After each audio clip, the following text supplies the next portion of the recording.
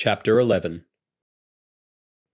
The sound of his loud, exaggerated sigh filled the empty office, doing little to lighten his mood. Pushing a pile of papers aside, Stephen leant back in his chair, stretching both arms out wide and arching his back so that his gaze met the ceiling. He didn't want to feel resentful, but he couldn't help it. He hated the way the homicide detectives were treating him like a junior, and he couldn't understand why Emmett had agreed to him being left to pick up the pieces for Ted, trawling through the last of Rosemary Norman's phone records. Hadn't he proved himself to be beyond such menial tasks? Stephen stared at the hands of the clock on the far wall, which were moving agonizingly slowly. It was almost 3 p.m. Instead, his boss had again partnered with Bianca, while he'd been left wasting time doing something that would be better assigned to an office assistant. "I'm going to pop downstairs for a moment. Do you mind if I divert the phone to you? I won't be long." Annette's beaming face peered through the doorway, and Stephen instantly felt foolish. Annette had been with the missing persons unit since its inception, spending day after day handling tedious phone calls, managing rosters, payroll queries, sick leave, and general inquiries. And not once had he heard her complain. If she could handle all that, surely he could push through one boring task. "No, of course not. And would you mind getting me a coffee while you're at it? I need something to keep me going." "Sure," Annette laughed. "I know the feeling." After listening to her footsteps disappearing down the corridor, Stephen returned to his stack of paper, cringing as he saw what must have been hundreds of numbers typed down the page. With a yellow highlighter, he divided the incoming and outgoing communications into those that had occurred prior to Sunday the 14th of July, the day that Rosemary was presumed to have been murdered, and those that came after. He ran his right index finger down the long list, looking for any obvious patterns. Interestingly, Daniel Norman's number appeared frequently in the days after his sister's disappearance, but only a few times in the weeks prior. Nearly all the outgoing communication after the 14th of July appeared to be in the form of text messages, and there had been absolutely no calls or messages made in the last 2 days. Stephen blinked as he felt his eyes water from staring at the pages for too long. Who had the phone? Why had they suddenly stopped using it? After rolling his neck, he began the arduous process of typing each number into the statewide database to see if any resulted in a match with someone known to authorities. It was a laborious task, but every time he crossed off a new number, he did feel a little satisfaction. By the time Annette returned with his coffee, he was almost a third of the way through. "How are you going?" she asked. "No matches so far, and the only thing of any interest is that a text message was sent to an unknown number on Saturday afternoon, the day before we believe Rosemary was killed, almost immediately after the call with her brother. Is that significant?" "It could be. Maybe she was arranging to meet up with her killer that night. Or maybe something her brother said had her worried. We won't know until we get her handset. That's why finding her phone is so crucial." "Have you heard how that's going?" Annette placed Stephen's flat white on his desk. "They were going to do another line search this evening, weren't they?" "Yes, but Medhurst only left half an hour ago, and he had to wait for a group of SES volunteers to get there, so I'm not sure they would have even started yet."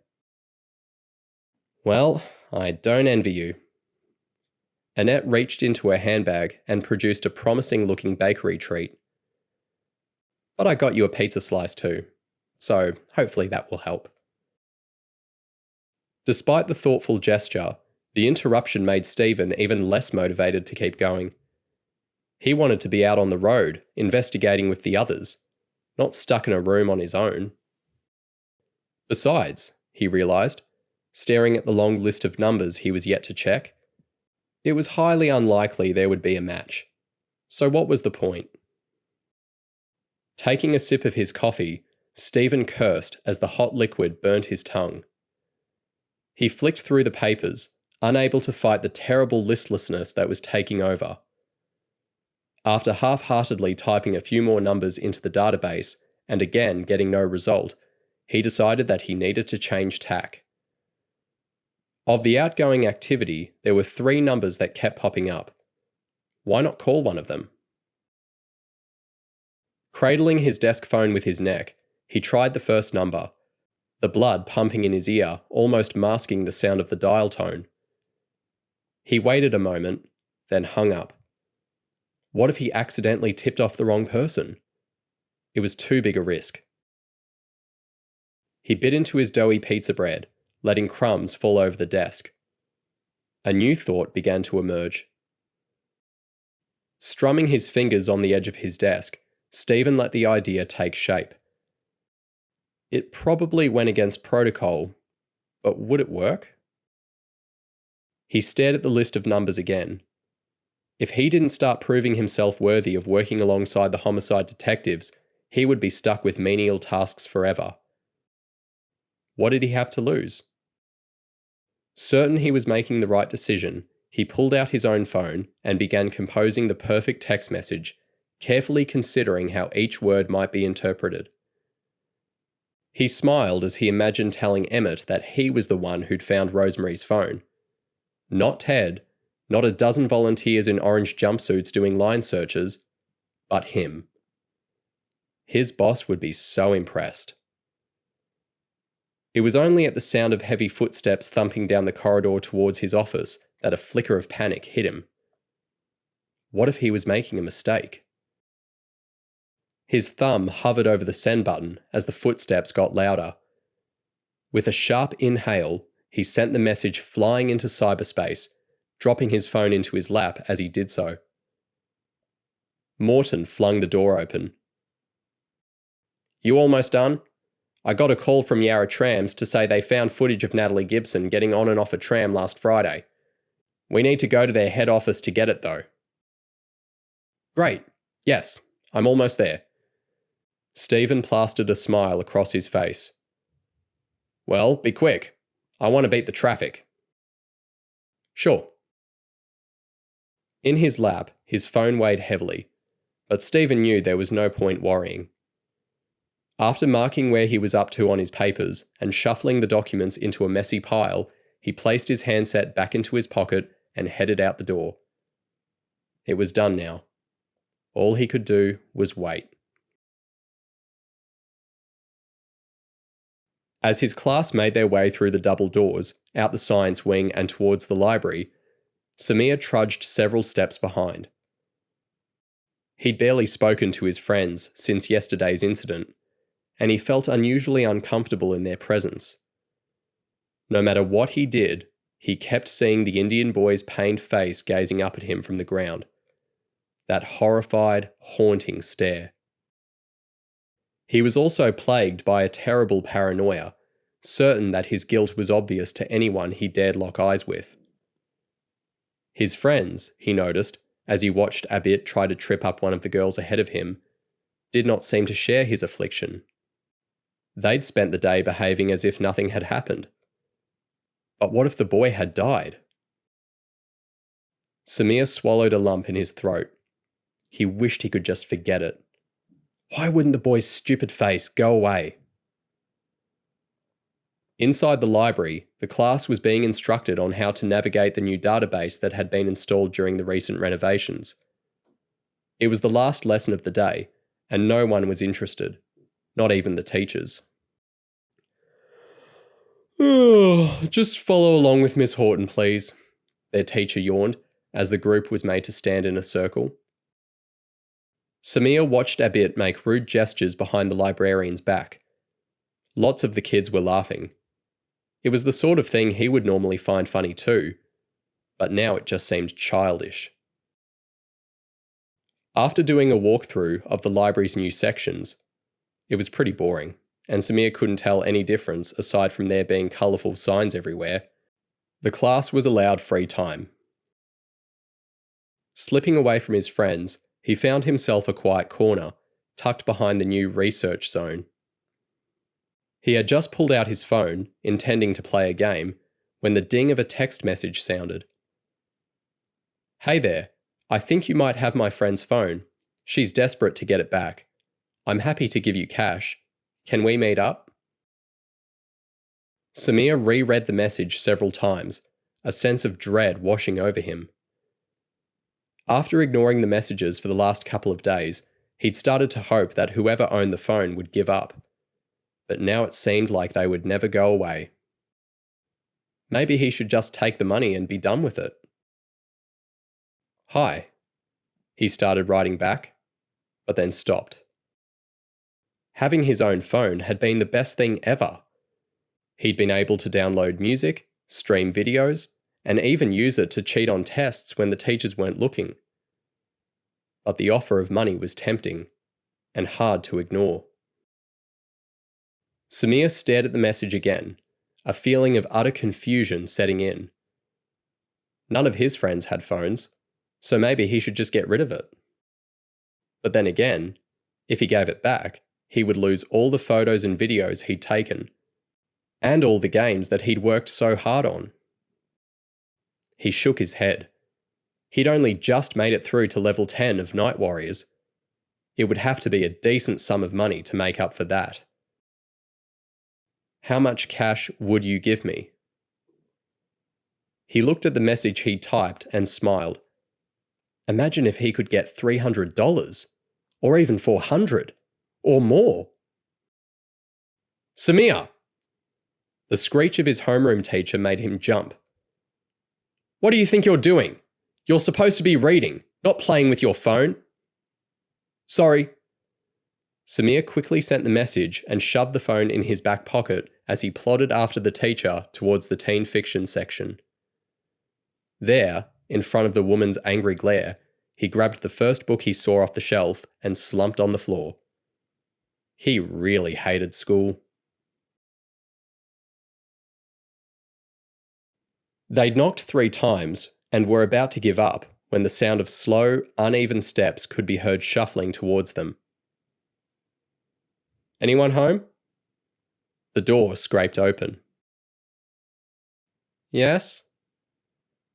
Emmett had to force himself not to recoil at the sight of Daniel Norman. Standing in a thinning set of white pajamas, it was apparent that Rosemary's brother hadn't deemed it necessary to get dressed today. The unpleasant odour suggested he also hadn't deemed it necessary to wash. "Hello, Mr. Norman."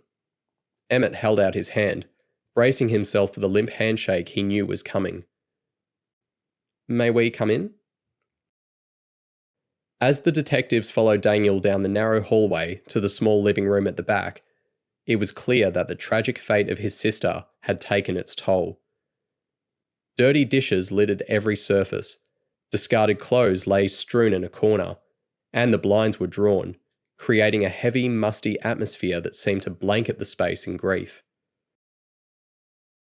"Can we get you something? A water? Or tea? Or maybe something to eat?"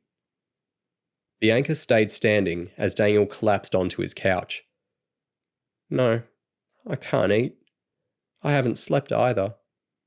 I can't really do anything." That's understandable. Emmett sat down on a chair opposite.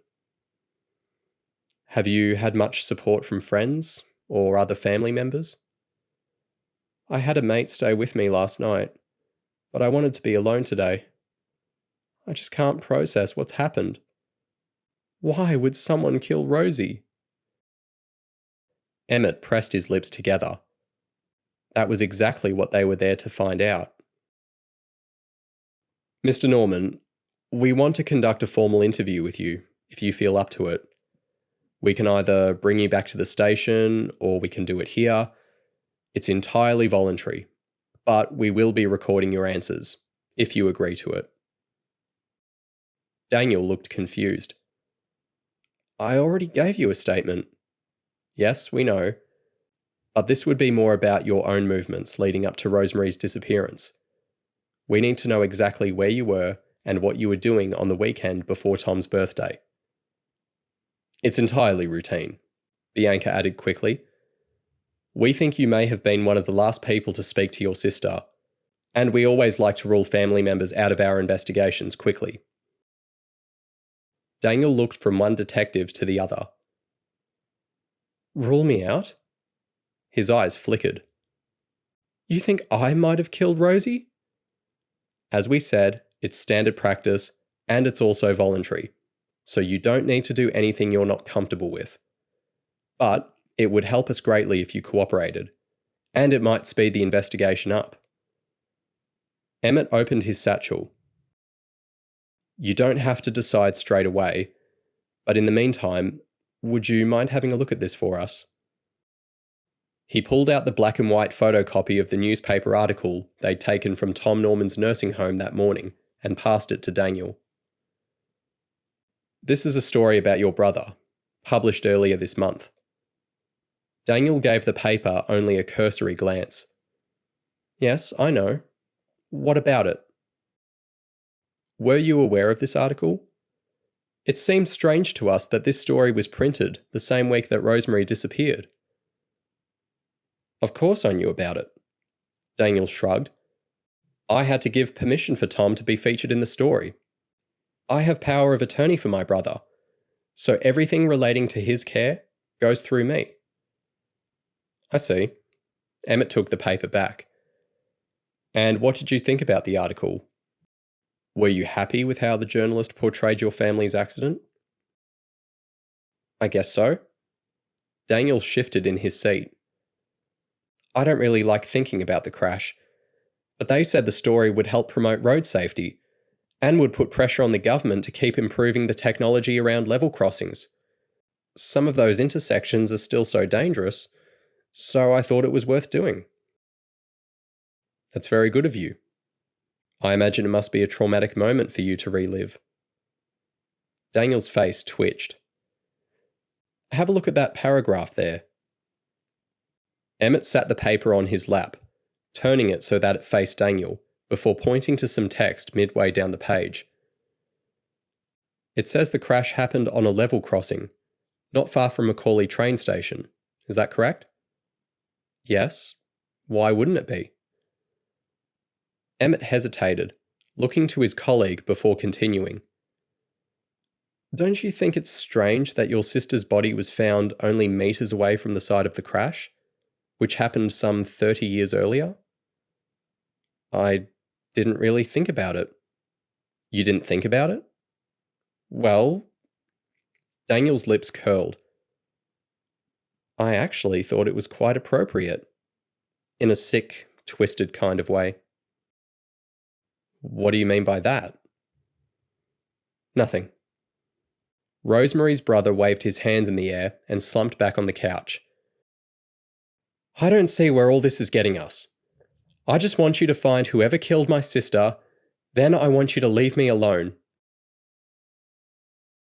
Emmett watched the man before them writhe on the couch. His behaviour was unusual.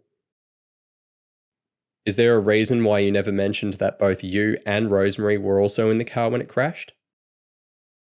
A reason? Daniel sniffed loudly before suddenly bending over, reaching for his right pajama leg. Here, he said, yanking the thin cotton material up above his knee and thrusting his leg forward. Bianca gasped. The scarring was horrific. Every day I wake up with a throbbing that radiates up and down my leg. I can't run or even stand for long periods of time, and I have to wear trousers all the time because I'm so sick of people staring at my injuries. Daniel dropped the material back down. Why do you think I didn't mention it? I understand this is distressing. Emmett took a deep breath. But, you understand? Daniel snorted. You understand? You have no fucking idea. Every second of every day I live with the pain of what happened that night. Every day I'm reminded of the flashing lights of the signals, the train horn blaring, and the haunting scream of my mother. Every day I'm reminded that my little brother will never be more than a snotty, drooling, useless mess. Daniel got to his feet, his entire face tinged with red. Tom was my best mate. We used to play cricket together. We'd kick the footy in the yard. We'd ride our bikes down along the creek. Now I can't play cricket, or kick a footy, or ride a bike, and he can't even hold his own fucking head up. You think you understand? Bianca opened her mouth as though about to say something, before thinking better of it. You want me to tell you exactly what happened? Well, I'll tell you. Daniel waved his arms wildly. We were on our way back from a birthday dinner for Tom. My dad was tired, but he was okay to drive. He just didn't see the train coming, because he was distracted. And do you know why? Emmett held his breath. Daniel was leaning over him now, his face only inches away. Because my stupid sister was busy complaining and squealing and carrying on as she always did, kicking the front seat and throwing a tantrum. It was her fault we crashed. It was her fault my parents died, and it was her fault that Tom will never actually live another day in his life. Mr. Norman. Emmett raised a hand, but Daniel ignored him. Rosemary's brother was unloading years of pain on them, and he wasn't about to stop. And do you know how often Rosie visited Tom in the nursing home?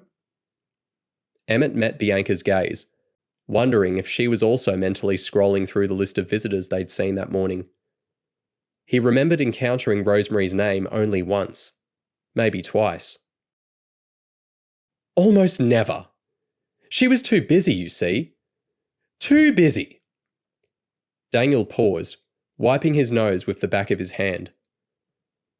Tom's birthday was the only time she would make any effort. The rest of the time she was off travelling the world. Escaping, that's what she called it. But I know she was running away. And so she should. Mr. Norman, I think it might be best if you sit down. Oh wait, I haven't told you the best bit. Daniel waved his hands dramatically. Guess how many injuries Rosie sustained in the accident? Go on, guess. Emmett shook his head. He was not going to play this game. Daniel's eyes danced between the detectives. None. He spat the word out. Not a fucking scratch.